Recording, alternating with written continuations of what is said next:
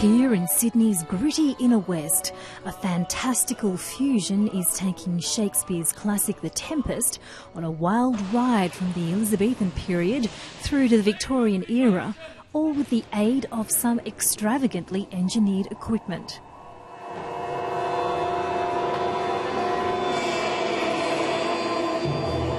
It wouldn't work for any Shakespeare. It only works because this play has at the centre of it this idea of a magician, and his art. He calls it his art. And so for us, we've just substituted the science fiction, the mad scientist kind of archetype over the wizard archetype, and that tends to work. The metaphor still works. Giving Shakespeare a steampunk makeover has meant calling on the help of those steeped in this very particular subculture. It's been an amazing experience. I've been involved in the steampunk community for quite some time. I MC a regular steampunk cabaret, Steam Engine 9, which happens down at the Red Rattler. So a lot of the people who've normally come along to that are the same kinds of people who are coming along to this. It's been really interesting. I had no idea what steampunk was before this show, so it's been a bit of a learning curve finding out about steampunk, but it just works so well for this play. The text just lends itself to all the different elements. As the brainchild of director and primary school teacher John Galea, the effort required to get this show off the ground has been a huge labour of love. It's a privilege, it's also a sacrifice. I mean, I'm $9 grand in debt without any money at the moment, and until this show finalises, who knows what's going to happen with that. We've kind of built it from the ground up, so yeah, I think if there's a message from this, I think it's if you really want to do something, you've just got to put the work in and do it. Being part of the Fringe Festival is all about getting the chance to try something new and to push the boundaries of artistic expression. It is your city unleashed because there's no restriction on geographical location for a venue to choose to do something. There's no restriction on the content or style of the work, whether it's visual arts or theatre or cabaret or comedy. Anyone can put something in. What it is about is providing that opportunity. Hello, hello. And for 2012, the doors have been thrown wide open.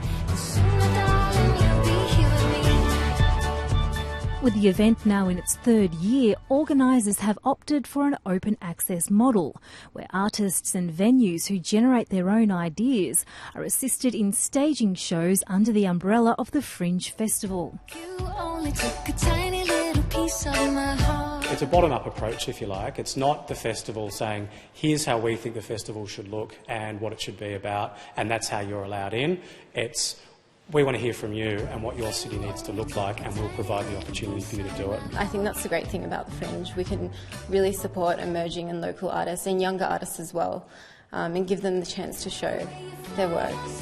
This exhibition is really just a community-based project. We ask artists to submit their work to us, and the result is a really diverse exhibition of sculpture, photography, painting, installation art, performance art.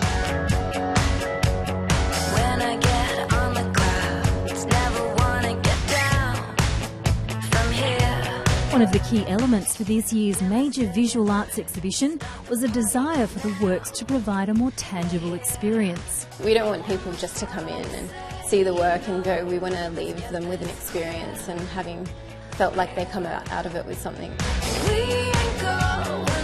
If clouds and origami aren't your thing, perhaps delving into the spiritual art of Indian temple dancing will be more to your liking. This dance form comes from the state of Orissa in eastern India. It's a meditative healing kind of a dance, but also it's very relevant in the modern day societies. It is based on the structural power of the body, which is like yogic postures. Since their father revived this ancient dance form 50 years ago, Nirmal and Pratibha have dedicated themselves to sharing it with the world at large. It's not just come and watch the dance, also it's come with me on this inner journey and dive together to capture that essence, or you can say it like consciousness in this ever-flowing river of life. And it's not just the audiences who can expect to come away from the festival with new experiences.